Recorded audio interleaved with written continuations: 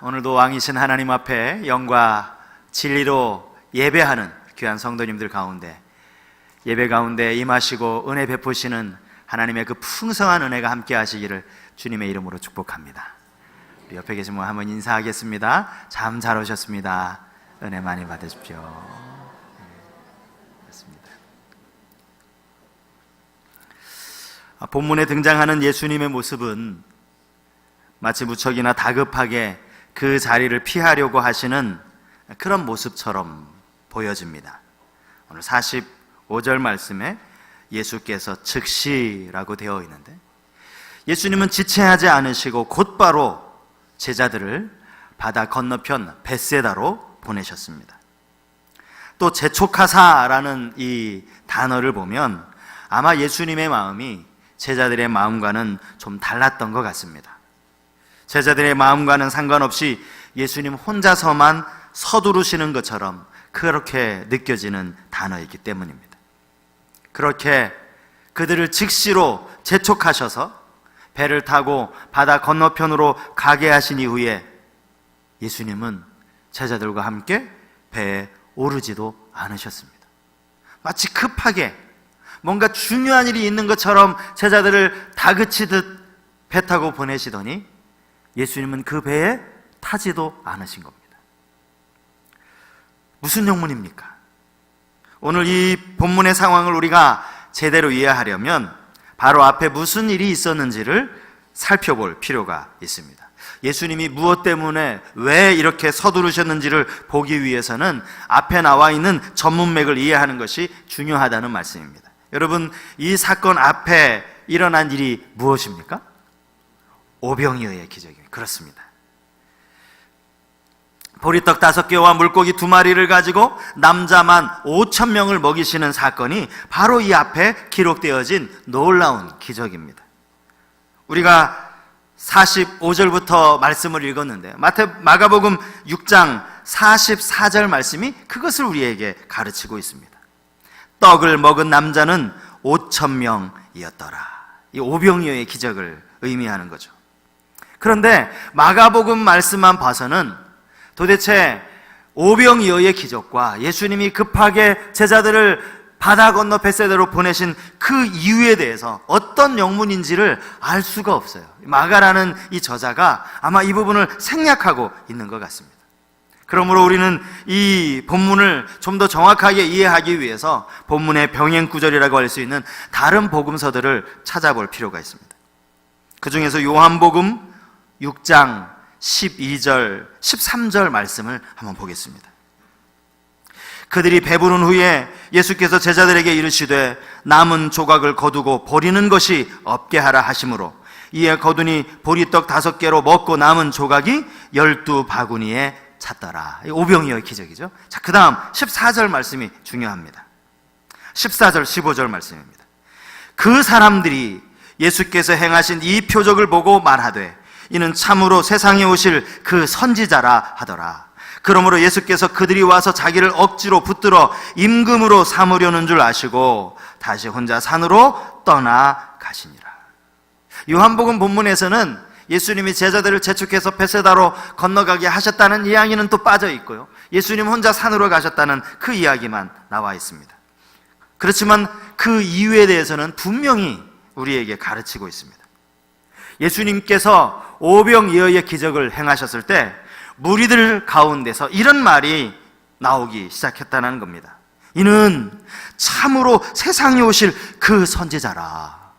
예수를 가리켜서 선지자라고 말하는 사람들이 생겨났다는 겁니다.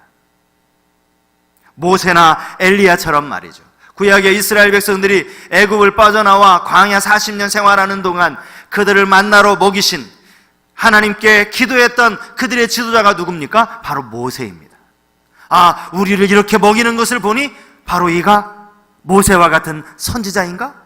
엘리야와 같은 선지자인가? 이렇게 생각을 했다는 겁니다. 더 나아가서 이들은 예수님이야말로 자기들을 지금 로마의 압제로부터 구원하여 줄 정치적인 왕으로 생각하기에 이르렀습니다.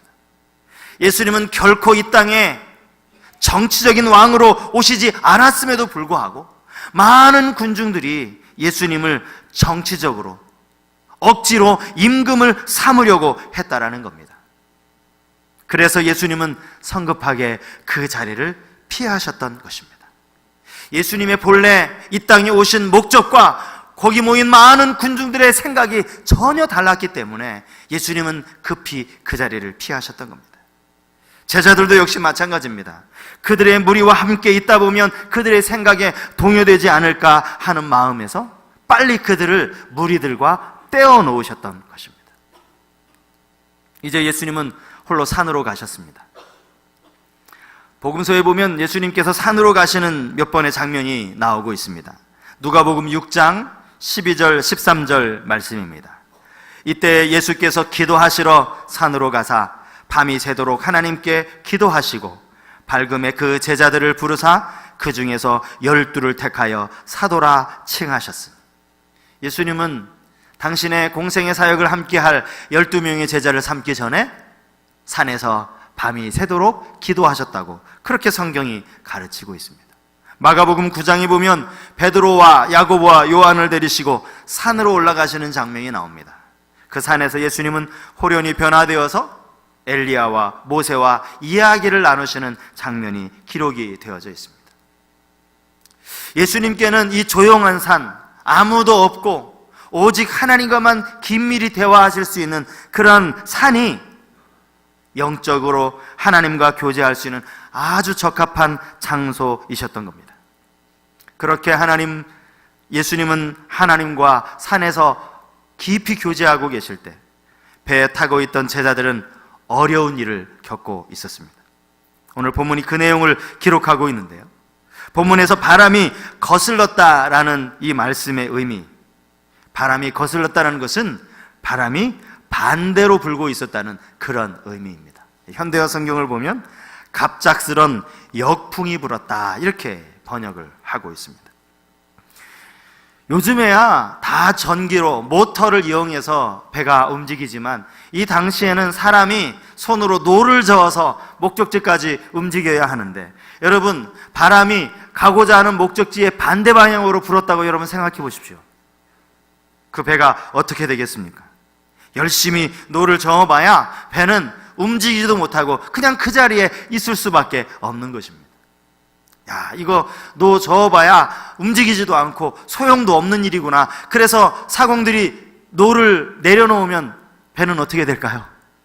배는 자기들의 목적지와는 상관없이 바람 부는 대로 그냥 휩쓸려 갈 수밖에 없는 상황 아닙니까? 그러니까 노를 안 저을 수도 없고 애써 노를 저어야 하는 그런 상황이지만 아무리 노를 저어도 배는 그냥 그 자리에 멈춰 서 있는 겁니다. 이렇게 바람과 씨름하는 시간이 오늘 성경에 보니까 밤 사경이 되었다라고 이렇게 말씀하고 있습니다. 밤 사경이면 여러분 잘 아시는 것처럼 대략 새벽 3시부터 6시까지라고 할 수 있습니다. 로마인들은 이 밤 시간을 총 4등분을 해서 1경, 2경, 3경, 4경이라고 불렀는데 맨 마지막 4경, 그러니까 이제 새벽이 동토는 그 즈음 새벽 3시부터 6시까지가 바로 밤 사경이라고 할 수 있습니다. 그러면 제자들이 예수님의 명을 받들어서 막 예수님이 재촉하시는 바람에 베세도로 가기 위해서 배를 탄 시각은 언제입니까? 성경은 저물매라고 되어 있는 것을 보니까 요즘으로 치면 한 6시, 7시 그 즈음 되는 시간일 겁니다. 본문 47절에도 보면 저물매라는 이 단어가 나오는데 그 시점이 대략 몇 시쯤이었는지를 우리에게 가르치는 그러한 구절입니다. 이렇게 생각한다면 제자들이 지금 배를 타고 이제 벳세다로 가기 위해서 배를 타기 시작하면서 지금까지 밤 사경이 이르기까지 바다 한가운데 있는 고생한 시간이 대략 몇 시간이 되는 겁니까? 짧게 잡으면 9시간입니다. 그죠? 9시간. 9시간 동안 열심히 노를 저어 보았지만 배는 그냥 그 자리에 머물러 서 있는 겁니다. 여러분은 밤 사경에 주로 무엇을 하십니까? 좀 엉뚱한 질문이긴 합니다. 새벽 3시에 뭐 하시냐고 물어보는 이런 엉뚱한 질문이 어디 있습니까? 새벽 3시에 자는 것 말고 하는 일이 뭐가 있어요? 다 자는 거죠. 오히려 이 새벽 이 3시, 4시 이 어간이 사람이 깊은 숙면을 취한다고 합니다. 하루의 어제의 모든 피곤을 다 씻는 시간, 아주 깊이 숙면에 취한 시간이 바로 이 시간이라는 거예요.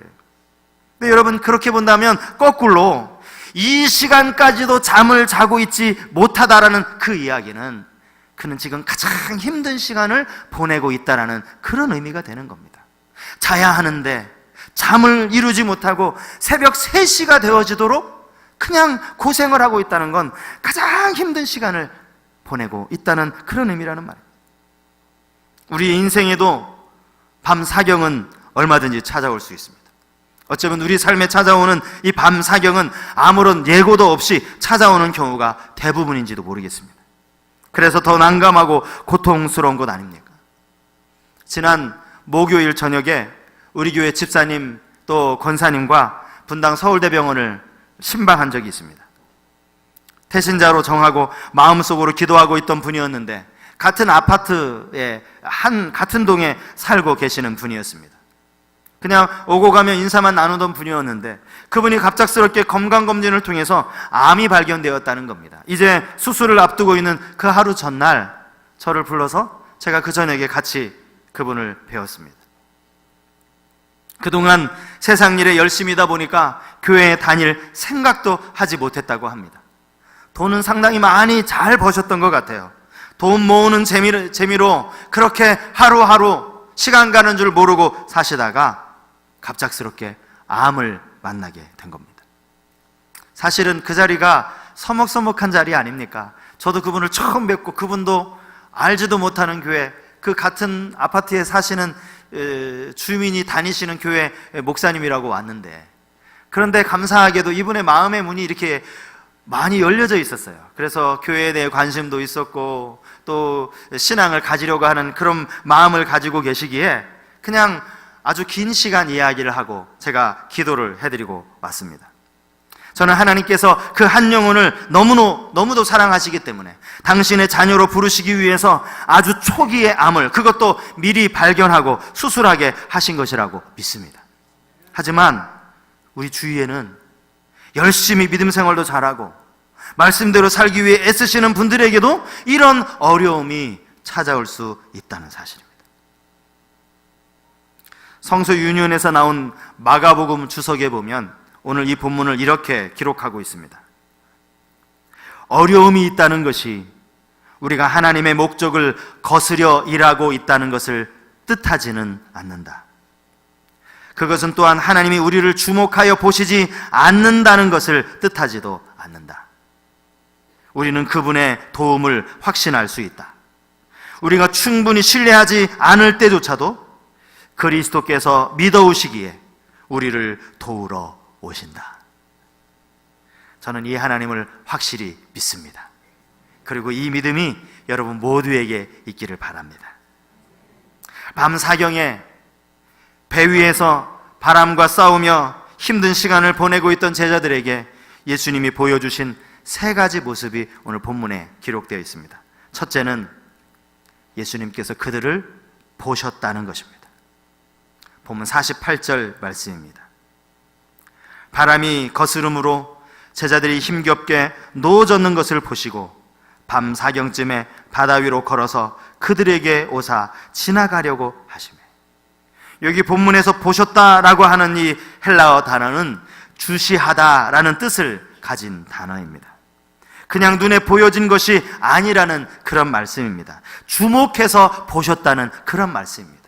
예수님이 지금 주목해서 보신 것이 무엇입니까? 예수님이 무엇을 주목해서 보셨습니까?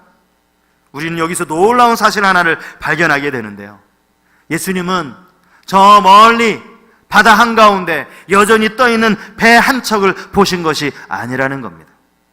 예수님은 그 배 위에서 힘겹게 노를 젓고 있는 제자들을 보셨다는 사실입니다. 성경학자들은 이 부분에 대해서 아마도 예수님이 기도하셨던 그 산이 갈릴리 바다가 훤히 내다보이는 그런 장소였을 것이라고 그렇게 이야기합니다. 그리고 이때가 6월절이 다가오는 시점이었으니까 아마 보름이 다 되었을 것이고 이 당시에 하늘에 보름달이 떠 있었을 것이라고 그렇게 이야기합니다. 하지만 저는 이런 글을 읽을 때마다 마음의 답답함을 느낍니다. 왜 자꾸만 성경 말씀을 그럴듯한 상황으로 해석하려고 하는지 그게 마음에 들지 않기 때문입니다. 그러면 여러분, 만약 그 밤에 보름달이 안 떴으면 제자들이 고난을 당하는 그 모습을 예수님이 못 보셨을 겁니까? 마치 그런 논리로 이야기하는 것 같아서 참 마음에 안 드는 겁니다. 분명히 그렇지 않았을 것입니다. 예수님께서 제자들을 사랑하는 마음을 가지고 계셨기 때문에, 아니 보름이 아니라 금음이었어도, 구름에 달을 가려서 달을 볼 수 없는 상황에서도 예수님은 제자들을 보실 수 있으셨을 것입니다. 멀리서도 그들이 얼마나 힘겨워하고 있는지, 바람이 얼마나 거슬러서 불어오는지를 예수님은 다 보고 계셨을 것으로 저는 그렇게 믿습니다. 우리 역시 마찬가지입니다. 주님은 우리가 무엇 때문에 어려워하고 힘겨워하는지 다 보고 계시다는 사실을 여러분 기억하시기 바랍니다. 보름달이 안 떠도 상관없습니다. 달빛에 보이는 그 희미한 모습으로 예수님은 제자들을 보신 것이 아니라 예수님 마음에 가지고 계신 제자들을 향한 그 놀라운 사랑으로 제자들을 보셨다면, 주님은 동일한 사랑으로 지금도 우리를 보고 계신다는 사실을 여러분 기억하실 수 있길 바랍니다. 제가 이 본문을 묵상하면서 또 한 가지 감동적으로 여겨지는 것은, 정작 제자들은 예수님께서 자신을 보고 계실 것이라는 상상도 하지 못했다는 겁니다. 만약 제자들이 예수님께서 자기들을 보고 있을 것이라고 생각했다면 제자들이 지금 뭐를 했을까요? 아마 예수님 계신 산을 쳐다보면서 예수님의 손을 흔들었을 거예요. 도와달라고. 예수님 계신 산을 향하여서 소리를 외쳤을 겁니다. 예수님! 우리 좀 도와달라고. 제발 내려오셔서 기도 그만하시고 내려오셔서 우리를 좀 구해달라고 아마 그렇게 외치지 않았겠습니까? 하지만 제자들은 그저 자신들의 힘으로 어떻게든 바람을 이겨보려고 몸부림을 쳤지만 예수님에 대해서는 전혀 생각하지도 않았다는 사실. 그럼에도 불구하고 예수님은 그들을 보셨습니다. 여러분, 우리가 고난 가운데 주님의 이름을 부르며 찾을 때가 있습니다. 도와달라고 그렇게 주님 앞에 기도할 때가 있습니다. 그래서 주님이 우리의 문제를 해결해 주시는 경험을 하기도 합니다. 그런데 우리가 여기에서 착각해서는 안 되는 것이 있어요. 그건 뭔가 하면 내가 주님을 불렀기 때문에 주님이 나를 도와주셨다는 이런 착각입니다. 주님은 우리가 주님을 부르지 않는다고 해서 내가 어떤 어려움을 겪고 계신지 아무것도 모르시는 그런 주님이 아니라는 사실입니다. 물론 주님이 우리의 상황을 다 알고 계시기는 하지만 그럼에도 불구하고 우리가 기도하기를 원하시고 주님을 찾기를 원하셔서 기도할 때까지 기다리실 때도 있습니다. 그러나 그렇다고 해서 우리가 기도하지 않으면 주님도 모르실 것이라는 생각은 착각이라는 겁니다. 제자들이 예수님을 부르지 않았음에도, 예수님을 생각지 않았음에도 예수님이 그들을 보고 계셨던 것처럼 말입니다. 여러분, 이 사실을 분명히 기억하실 수 있길 바랍니다. 참 재밌는 것은요, 심지어 제자들은 예수님이 바다 위로 걸어 오셨을 때조차도 예수님께 도와달라고 말하지 않았습니다. 본문 49절 말씀을 보시겠습니까? 제자들이 그가 바다 위로 걸어오심을 보고 유령인가 하여 소리 지르니, 제자들이 어떻게 했다는 겁니까? 예수님을 보고 유령으로 착각했다는 거예요. 소리 질렀다는 거예요. 아마도 두려움에 고함을 질렀겠죠. 귀신이다! 라고 소리를 질렀겠죠. 안 그래도 바다 위에서 9시간 동안 잠도 못 자고 그렇게 바람과 씨름하고 있었는데 아마 지금 바다에 사는 바다 귀신이 나타났나 보다 라고 생각하며 두려움에 떨었을지도 모릅니다. 그럼에도 불구하고 그들을 구해주시는 예수님의 모습, 이것이 바로 제자들을 향한 주님의 사랑이요, 우리를 향한 하나님의 마음인 줄 믿습니다. 여러분 모두 이 주님의 사랑을 느끼실 수 있기를 바랍니다. 제자들을 향하여 보여주신 예수님의 두 번째 반응이 있습니다. 그것은 그들에게 말씀하셨다는 것입니다. 본문 50절 말씀입니다. 그들이 다 예수를 보고 놀람이라. 이에 예수께서 곧 그들에게 말씀하여 이르시되 안심하라, 내니 두려워하지 말라 하시고. 그들에게 말씀하여 이르시되, 예수님께서 제자들에게 하신 말씀은 우리가 너무나 잘 아는 말씀입니다. 안심하라, 내니 두려워 말라. 여러분, 이 말씀을 하시는 예수님의 말투가 어떠했을 거라고 생각하십니까? 예수님을 보고 먼저 반응을 보인 사람은 제자들이었습니다. 예수님을 향하여 제자들이 보인 반응이 무엇입니까? 유령이다 했습니다. 거기에 대해서 바로 예수님이 이제 반응을 보여주신 겁니다. 오늘 성경에 이에라는 표현이 나오고요, 다른 번역 성경에는 곧, 즉시라고 번역이 되어 있는, 이게 바로 제자들의 반응에 바로 이어지는 예수님의 반응이라는 거예요. 그 예수님의 반응이 바로 이 말씀이었다는 거예요. 안심하라, 내니 두려워하지 말라. 예수님이 화를 내면서 이 말씀을 하셨을까요? 뭐? 나보고 유령이라고? 자기 선생도 몰라보는 것들이 하고 여러분 막 화를 내면서 나무라시들이 이 말씀을 하셨을까요? 그렇지 않았을 겁니다. 정말 차분하게 그들의 놀란 마음을 가라앉히듯이 예수님은 그렇게 말씀하셨을 것이라고 믿습니다. 사실 이런 말씀들은 특별히 설명할 필요가 없는 말씀입니다. 안심이라는 뜻이 무엇인지, 왜 예수님이 내니라고 말씀하셨는지, 이것을 얼마든지 설명할 수는 있지만 이것을 설명하는 것은 저는 별로 그렇게 중요하지 않다고 생각합니다. 정말 중요한 것은 마음으로 느끼는 겁니다. 주님의 음성, 나를 향하여서도 여전히 이렇게 말씀하시는 이 주님의 음성을 듣는 것, 이것이 훨씬 더 중요하다고 저는 그렇게 생각합니다.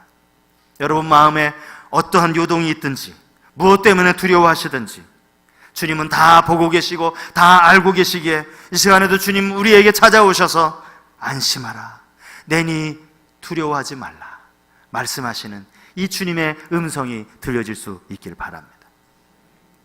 제가 군생활 하는 동안 저는 군종도 못 해봤습니다. 군종은 사실은 신학교에 다니다가 군에 입대하는 사람들 중에서 이제 군종을 세우죠. 군인교회를 섬기게 만들지 않습니까?